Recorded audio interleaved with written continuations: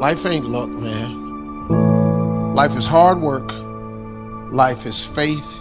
And life is grace.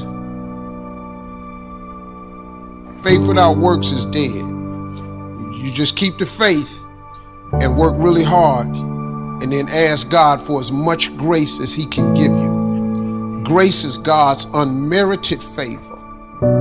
He gives you stuff you don't deserve. That's what you want out of life. You want God to do something for you that you just don't deserve it.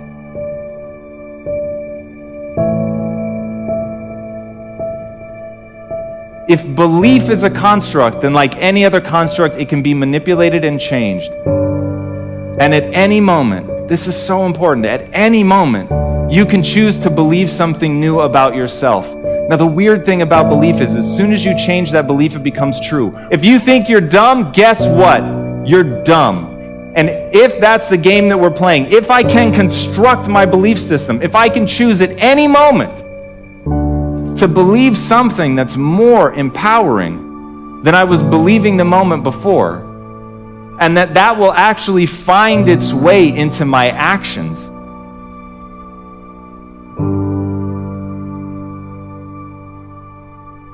The number one thing that's going to change your life, the only thing that will change your life, change your business, change your money, change your relationship, is you must raise your standard. Now, I know that sounds boring, stupid, basic, but it's the truth. The only thing that changes our life long term is when we raise our standards. What does that mean? That sounds so boring and dumb. It means that all of us in life have things we want. We don't get what we want. We get what we have to have.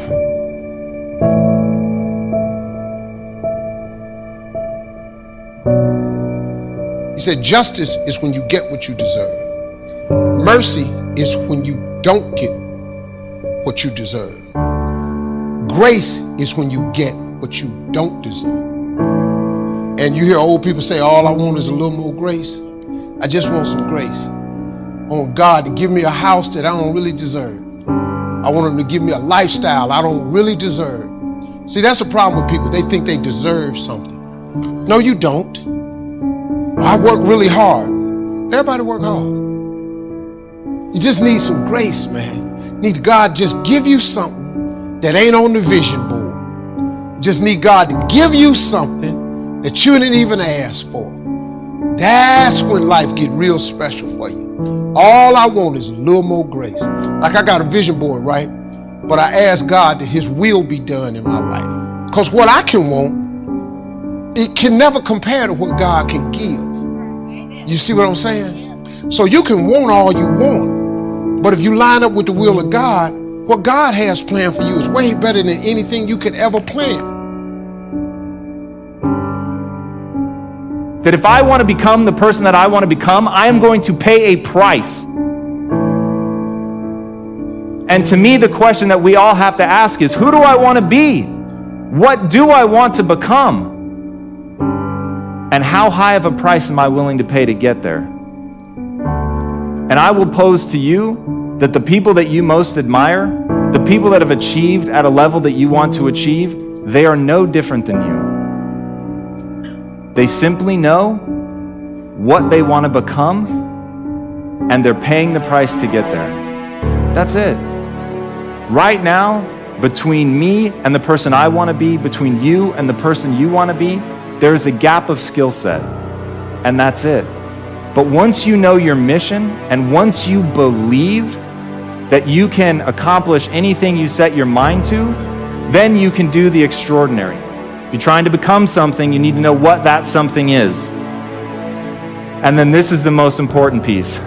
Only execution matters. Burn that into your nervous system. Do whatever you need to do to remind yourself, only execution matters.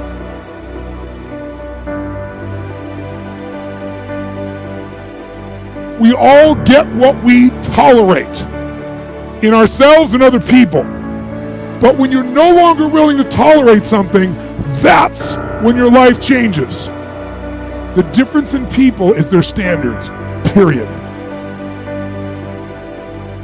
The difference in people is their standards, period. And what do I mean by standards?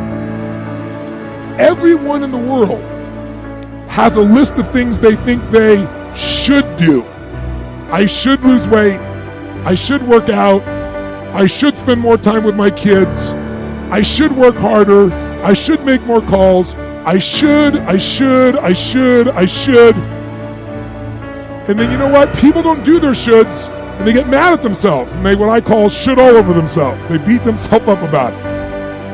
What changes people is when your should becomes a must.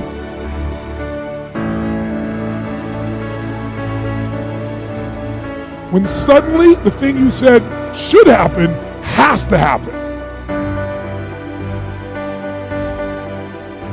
That's when human beings change. It's like if you want to take the island and you're the head of the army and you want to take the island, the most powerful way to take the island is burn the boats. Because if there's no way to go back, it's amazing what happens when it's a must to do something versus a should. That's what makes human beings succeed. When you worry about tomorrow, you're off into something you have no say-so in. You have no control. So why would you worry? By worrying does not add a single hour to a day. Not 1 hour. So what you got to ask God for is your daily bread, just for today. You'd be amazed what would happen to you if you quit tripping about tomorrow. Just today. Today is plenty. Identity and values drive behavior. So if you want to make a change, you have to change your vision of who you are. You have to begin telling yourself a different narrative. And the narrative you tell yourself about yourself is everything. And if you tell yourself that you're a scared whose family has never accomplished anything, let me tell you what you will become. A scared who never accomplishes anything, because that's what you believe. You tell yourself that story enough and it will become real. But on the flip side, you could tell yourself a story of you're a learner. You learn faster than most people. You're willing to put in more work than most people. You're willing to read more books than most people. You're willing to spend an inhuman amount of time every day improving your mind simply by getting new ideas into the system. And that you will admit that you're wrong faster than anybody else, that you won't let your ego get in the way. And you tell yourself that story over and over and over. So when somebody comes and tells you how stupid you are, you go, you're right, that's amazing. Thank you for pointing out that flaw, because now that I'm aware of it, I can improve it because I'm the learner.